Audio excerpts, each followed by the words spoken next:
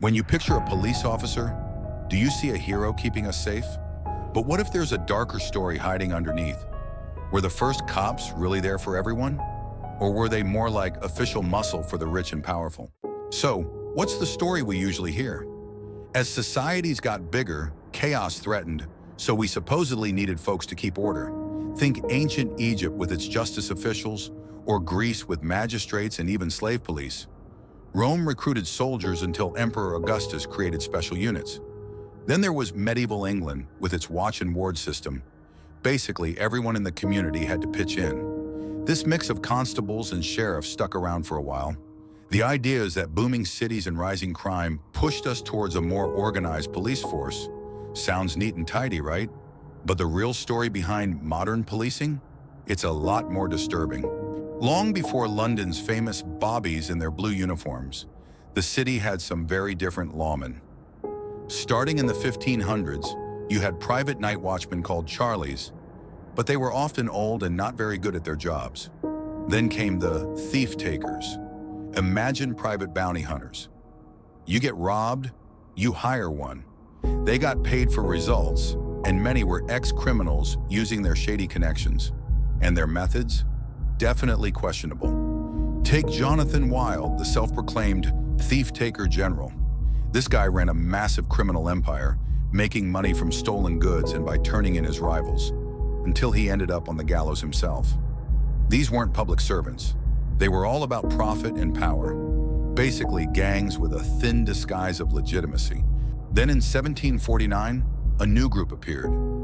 The Bow Street Runners, started by Henry Fielding in London. These guys were Britain's first attempt at a professional police force. They were more organized, connected to a magistrate's office, and even got some government pay. Their job? To investigate smugglers and chase down highwaymen, which mostly meant protecting property. But here's the catch. A big chunk of their income still came from fees and rewards. And you know what a reward system can lead to. Some pretty sketchy behavior. It often looked like their main job was to protect the stuff belonging to people who could afford their services. And bribes? Yeah, those definitely happen. So they were a step towards being legit. But you have to ask, whose law were they enforcing and who was really getting the benefits? Meanwhile, over in America, the first police forces popped up in cities like Boston in 1838 and New York in 1844. They tried to copy London's model, mostly because they were worried about chaos in the growing cities. But here's the thing, many of these early American police forces were a mess. They were often inefficient, tangled up in politics, and seriously corrupt. Can you believe officers often had to pay bribes just to get promoted? Their main gigs? Acting as muscle for the political party in power, sometimes even helping to rig elections.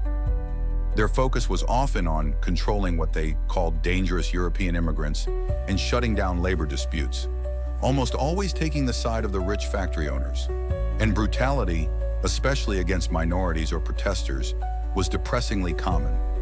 These weren't impartial protectors. They were tools for the powerful. But the most chilling part of this story comes from the American South, the slave patrols. These started as early as 1704 in Carolina and were, believe it or not, America's very first organized law enforcement. Their mission was terrifyingly clear: terrorize enslaved people, stop any chance of revolt, and hunt down anyone who tried to escape. These patrols were made up of white militiamen who had huge amounts of power. They could bust into homes without warrants, search living quarters, and dish out brutal punishments with zero regard for due process. This brutality wasn't random. It was a built-in, essential part of the slave system. They were there to protect the slave owners' property as human beings, and to keep the racial hierarchy firmly in place. And get this, after the Civil War, many of these slave patrols simply transformed into Southern police forces, enforcing the black codes and Jim Crow laws. That's a direct and deeply disturbing line from then to now.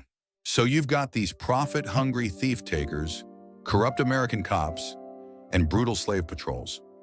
See the unsettling pattern here? The common thread running through all of this isn't really justice for all. It's about protecting very specific interests: the property of the wealthy, the power of politicians, and the horrific system of slavery. These groups often acted like they were above the law, using violence and intimidation, and usually targeting people who were already marginalized. Their authority didn't come from the public, it came from the ruling class. So when we call them legitimized gangs, it's not just for shock value. It's a pretty stark historical observation.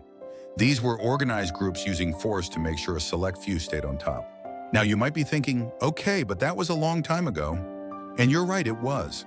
But those early days cast a really long shadow.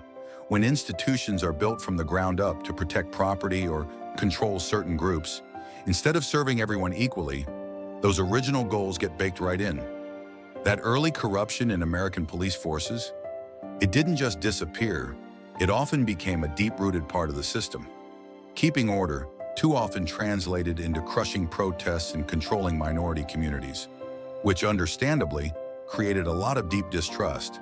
And the way slave patrols morphed into enforcers of Jim Crow laws? That's a powerful example of how these oppressive missions can just keep going. Understanding this history isn't about blaming police officers today. It's about recognizing the historical baggage that still fuels many of the challenges we face right now. If this dive into the hidden history of policing got your gears turning, do me a favor and hit that like button. Which of these origin stories shocked you the most? I'd love to hear your thoughts in the comments below. And if you're hungry for more deep dives like this, make sure to subscribe and ding that notification bell so you don't miss out.